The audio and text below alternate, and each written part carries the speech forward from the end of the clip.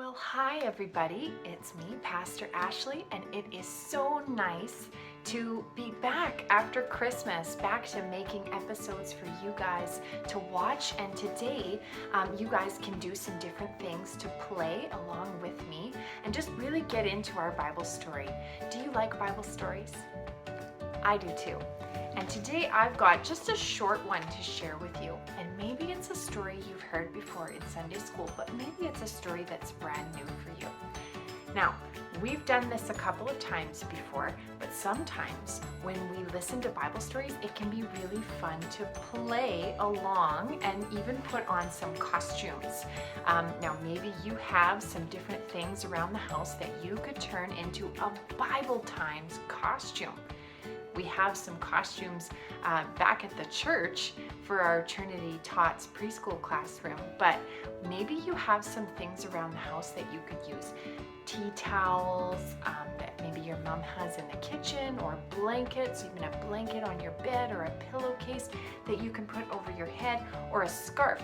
That's what I have with me today. I have a scarf, and maybe your mom even has a scarf like this. You can use whatever you want, but a lot of times people in the Bible wore head coverings just like this.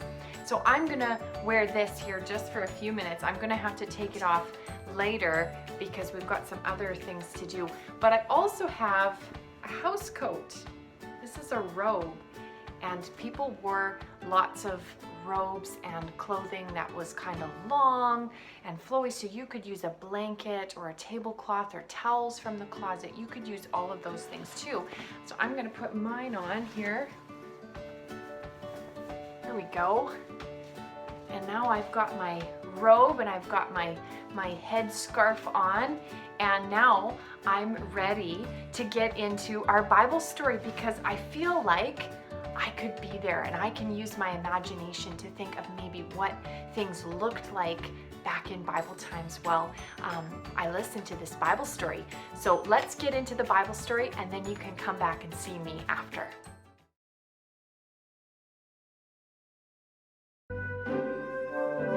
Why does Jesus spend time with people who do bad things? The religious leaders wondered.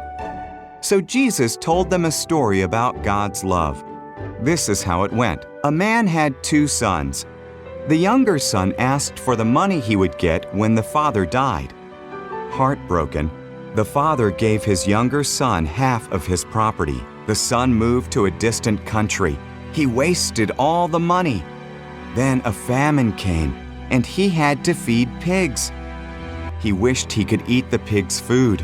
My father's servants do better than this, he thought. I'll return home and admit that I have sinned against him and God.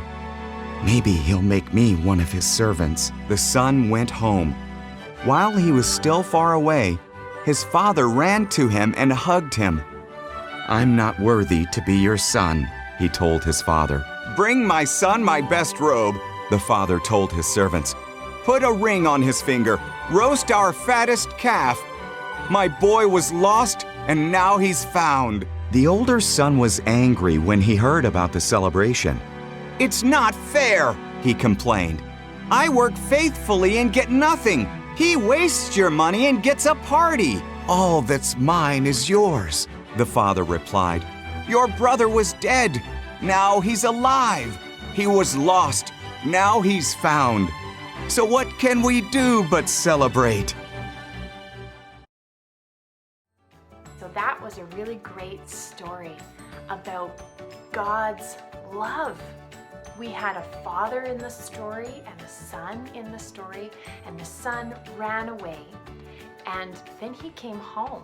And do you remember in our story that we just listened to, what did the father do when his son was coming home?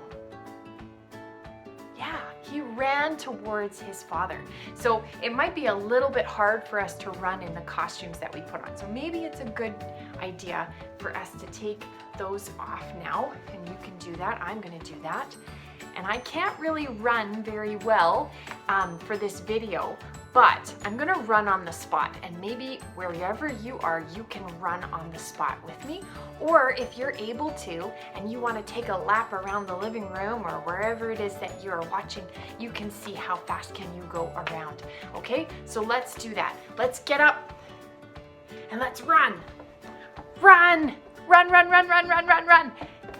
Oh, good job. Were you super fast? Awesome. And that can help us to remember that God's love for us is so strong that He runs towards us. He's so excited. Okay, for our next thing that we're going to do, what did the Father do when His Son came home? They celebrated. They had a great big party. We've had lots of celebrations with Christmas and New Year's, but did you know that because God loves us, He celebrates us and has a party because we belong to Him, and we can celebrate that God loves us so much. So we're gonna do a little exercise here, and we're gonna go to one side. We can celebrate because God loves us, and wave your arms. And we can celebrate because God loves us, and wave your arms. And we can celebrate because God loves us. And that's just another way that we can be excited and even worship God with our bodies and being excited because God's love for us is so good. And I'm going to teach you one more thing this afternoon. I'm going to teach you how to say God is love using your hands. Okay, so we're going to use some sign language.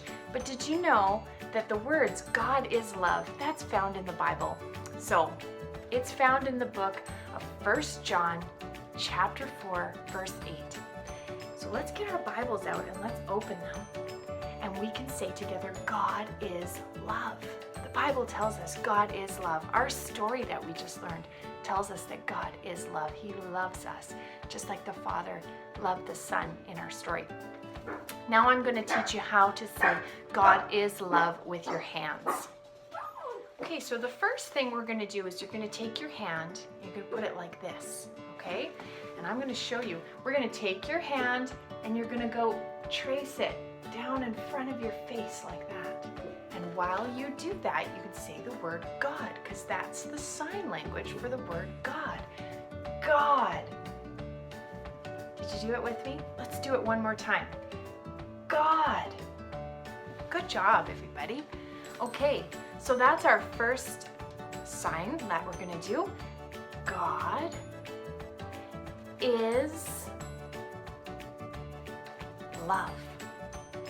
I'll back up. So there is no sign language for the word is. We're going to use an I. Put your hand together and stick up your little pinky finger, your baby finger. That's I, and this is an S. I-S is how we say is, because those are the two letters that make the word is. So, God is, and then our sign for love is to cross our arms together over our heart, almost like a hug. Do you think that the Father in the story hugged His Son when He ran down the road to meet Him? I think so too. That's love. So when we're done our episode for today, maybe you should go find somebody in your house that you love and give them a big hug too. And you can say your memory verse for them using your sign language. We're going to practice it all together. Let's open our little Bibles and let's say 1 John 4, verse 8 says, God is love. And He is.